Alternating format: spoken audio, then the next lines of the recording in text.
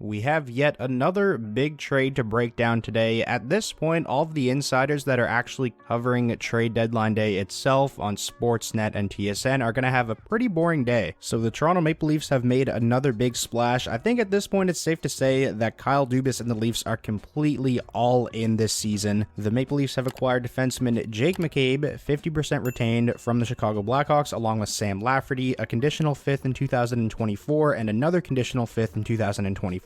In exchange, the Blackhawks will receive Toronto's first rounder in 2025, conditional, Toronto's second rounder in 2026, Joey Anderson, and Pavel Gogolev. The condition on Toronto's 2025 first rounder is that it is top 10 protected, which I think is a smart move by Kyle Dubas. You never know what could happen from now until 2025. When you're trading first round picks that far down the line, it's smart to have some kind of protection on them. So let's first break this trade down from the point of view of the Toronto Maple Leafs. Like I said, they are completely all in. It's been rumored for weeks now that the Maple Leafs had some level of interest in both Jake McCabe and Sam Lafferty, but after the Ryan O'Reilly blockbuster, it was hard to imagine the Leafs pulling off something like this on top of that, because it was reported that the asking price for Jake McCabe, especially at 50% retained, making him a $2 million top 4 defenseman for the next 2 seasons after this one, was incredibly high, like 2 first-round pick level assets. You have to imagine that asking price just wasn't getting met by anybody, and that led to Chicago kind of bringing the price down, because not only did Toronto add Jake McCabe at 50% retained, they also got Sam Lafferty, who I think is going to be a really useful player for them. But first, let's focus on Jake McCabe and what the Toronto Maple Leafs are getting in this player. Jake McCabe is a very steady two-way top 4 defenseman. I know a lot of people don't like to look at plus minus as a useful stat, but he is a +7 on one of the worst teams in the NHL this season in the Chicago Blackhawks. He's got 20 points in 55 games, just 2 points shy of tying his career high, which he set last season with Chicago. He's very physical, has more hits this season than any defenseman on the Maple Leafs roster, blocks a ton of shots. He's tied now with Mark Giordano for the most blocked shots on the Leafs. In Jake McCabe, the Leafs are getting back a lot of what they lost with Jake Muzzin being out for the remainder of the season. Are they identical players? No. Is Jake McCabe good as Jake Muzzin at his peak? Probably not, but they do a lot of the same things well. Just a huge addition for the Maple Leafs, especially getting him at $2 million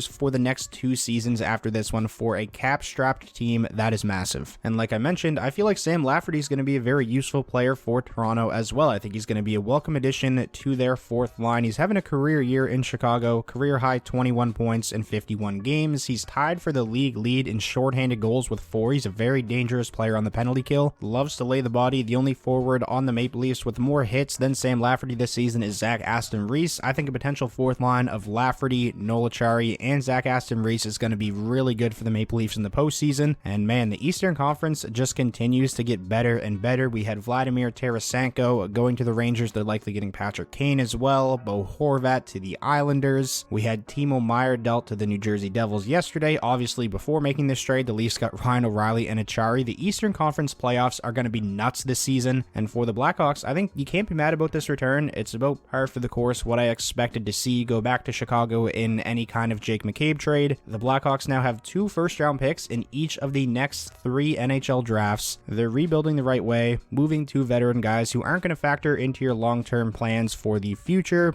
It's a no-brainer. And also, one more thing I should add before we finish here, because the Leafs are now over the salary cap after making this trade. So Frank Saravalli gave a little bit of an update on Twitter not too long ago. He said, 1, either the Maple Leafs are not planning to activate Matt Murray until the playoffs, or 2, Toronto is now moving one of Kerfoot, Engvall, or Justin Hall before the deadline. Seems to be some smoke recently with Kerfoot and the Canucks. So we'll see what the Maple Leafs decide to do with their current cap situation. But those are pretty much all of my thoughts on this deal that sent Jake McCabe and Sam Lafferty to the Toronto Maple Leafs. As always, I want to know your guys' thoughts, especially if you're a fan of either team involved. Be sure to get down there in the comments. Let me know how you feel about this trade. If you guys are excited for more trade breakdowns leading up to the trade deadline, then be sure to leave a like on this video. That is the best way to show your support. And most importantly, if this is your first time checking out the channel and you want more NHL content just like this, be sure to hit that subscribe button, and I will talk to you all soon.